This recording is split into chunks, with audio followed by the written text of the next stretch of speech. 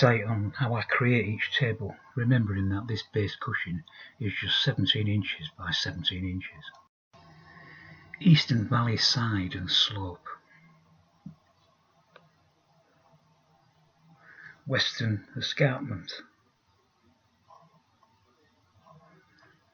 And the valley side, just with tea towels.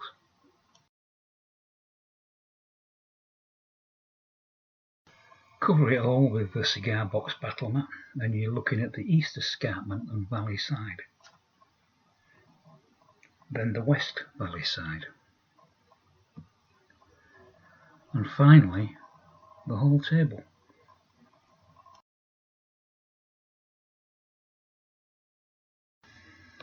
Finally, the road, a small wood, and the hamlet of Anderson.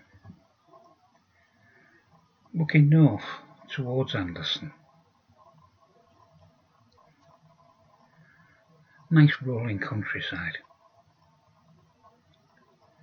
And finally, looking east, or rather looking from the East Valley slope.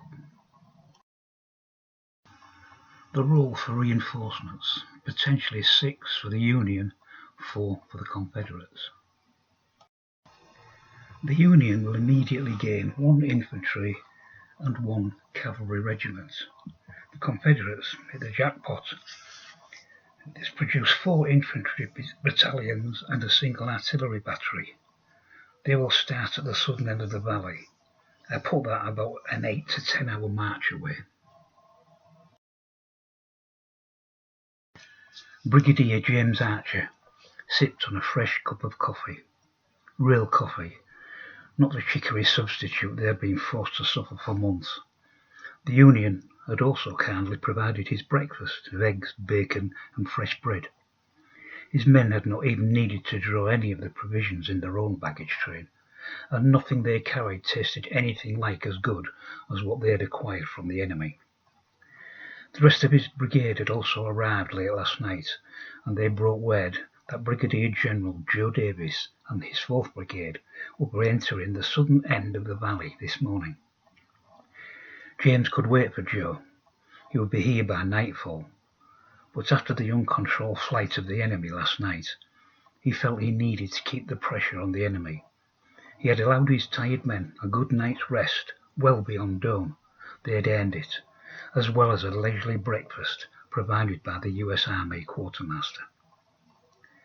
He had captured over 300 of the enemy, a battery of artillery, ammunition and muskets, not to mention a supply convoy full of foodstuffs.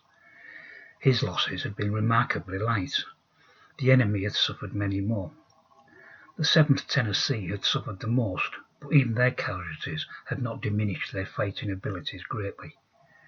He would leave that battalion here to guard the prisoners, who would be sent to work burying the dead bodies of both sides. He had also left a dispatch with their commander, Lieutenant Colonel Shepard, to be given to Joe when he arrived later today. He drained the last of his coffee cup and stood up. The men should have eaten now and begun to dismantle the camp ready for moving. He still had both regiments of cavalry, Huger's artillery and 3 full-strength battalions of infantry. There should be enough to face anything the Union had managed to throw together from the debacle of last night and any reinforcements that may be coming down the valley. If not, then he only had to hold, knowing Joe's brigade would be just a few hours behind. For Brigadier General Adelbert Ames, the morning brought little comfort. His officers had finally gotten the brigade in some sort of order just before dawn. Fortunately, the weather had been kind to them. It had been a mild, dry night, just as well as most of the men had no tents or even blankets. They were only eating breakfast because units of 1st Brigade had arrived from their base at Garton just as dawn broke. They had been alerted by his telegraphist from his office in Parksville, who had continued to transmit updates until finally destroying the communications equipment as the town fell. The 5th Michigan Cavalry and the 107th Ohio Infantry Regiment bolstered his forces, though they too were tired, having marched through the night. His own brigade was in poor shape. His artillery was lost and his 3 brigades of infantry were badly mauled. Only the 41st New York were anywhere close to being battle ready. Colonel Mayer of the 107th had reported that the rest of 1st Brigade would be marching down south of the valley this morning. Adalbert hoped he met them before the Confederates caught up. He would ascend the 5th Michigan south at their current location, the small hamlet of Anderson, to watch for any approach by the rebels. The commander would be instructed to avoid combat. He was just to shadow and keep him informed of the enemy's movements. He would place the 107th Ohio as a rearguard behind his own brigade as they continued to march north, in the hope of meeting Brigadier General von Gilser and the remainder of 1st Brigade. Only then could he hope to turn and face the enemy with any chance of success. Major Harry Gilmore and his 1st Maryland Cavalry had been given the job of scouting ahead of the brigade. From Major H. Gilmore, 1st Maryland Cavalry, to Brigadier General J. Archer, Commanding General, 3rd Brigade, East Division, June 5, 1863, south of Anderson, Crooked Valley. Sir, we arrived at our current location just south of the small hamlet of Anderson at 10:15 hours. We detected horsemen in and around Anderson, and soon identified them as Union cavalry. They are the first enemy troops we have come across since leaving Parksville 2 hours ago. The Union troopers showed no sign of hostile intent, seemingly content to watch our progress. They would continually drop back as we approached. They made no attempt to defend the village and moved off northward. It is my belief that this is a covering force for the retreating Union Brigade, and that the main force is likely to be no more than a few miles ahead. I will continue to press forward at a good pace in the hope of catching up with the rear of the Union column. This will force the enemy into some sort of action against my command. I can, however, inform you that the road as far north as Anderson is clear of the enemy. Major H. Gilmore, Confederate States Army. We now move on to table number 6. You can see my rendition of the map. Woods top the valley side, behind an escarpment on the western side, and a clear, wide escarpment on the eastern side.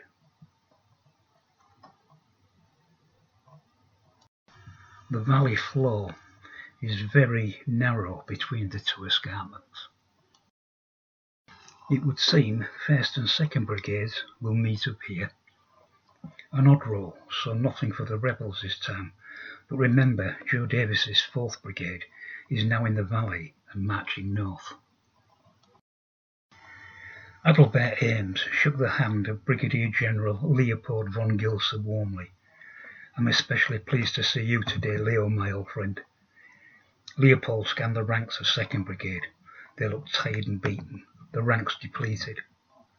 After receipt of your telegraph message, I gathered all the men I could and rushed south. It seems your men have suffered badly, Aid. Aid nodded. We all did, Leo. It was a bad evening and night. I'm lucky to have salvaged what you see before you, that's for sure. But combined, we have enough troops now to stand and fight. The rebel brigade is not huge, unless of course they've been receiving reinforcements since last night's battle. It has been impossible to find out. My scouts are constantly being met and forced to fall back by the enemy cavalry. Leo studied the valley sides and escarpments before replying. This is an excellent spot to hold them, Aid.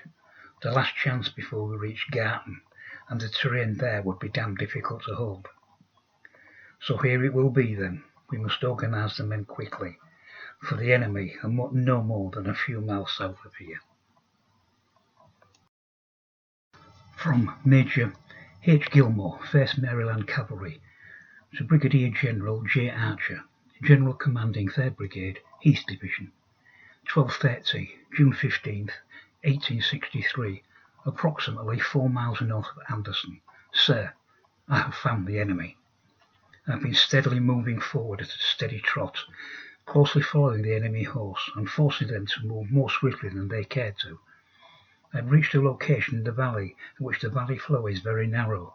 However, a low escarpment rises at each side, both easily accessible to men and artillery. I have been watching the enemy deploy. They have certainly received some reinforcements since last evening. I counted 5 or possibly 6 regiments of infantry and at least 1 battery of cannon, plus, of course, the cavalry regiment we have been pursuing today. I am unable to observe beyond their deployment area. They are strung out right across the valley in 2 lines, with artillery on the western escarpment. I will continue to monitor and report, sir. Major Hill H. Gilmore, Confederate States Army. The 5th Michigan Cavalry returned to their lines. The Union have deployed in 2 lines. The depleted 2nd Brigade regiments mainly forming a reserve. From left to right, or more correctly west to east, are the 41st New York, G Battery, 4th U.S. Artillery, 17th Connecticut, 25th Ohio, and 107th Ohio.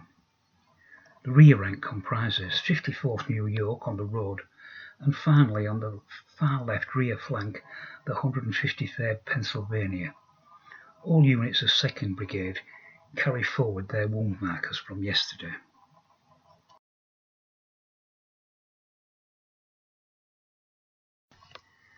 The fresh and undamaged 1st Brigade form the buttress of this formidable defence line.